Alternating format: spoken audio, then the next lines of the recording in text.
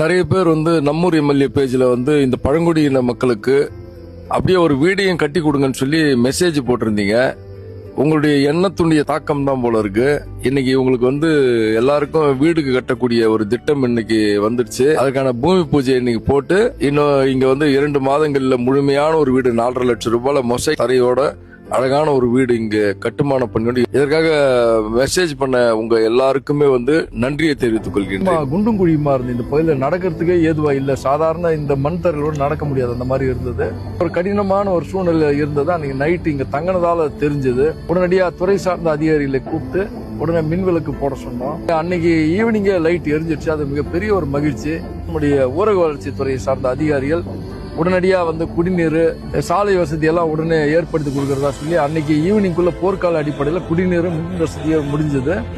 சாலையை அன்னைக்கு ஜேசிபி இயந்திரம் வச்சு சீரமைச்சாங்க.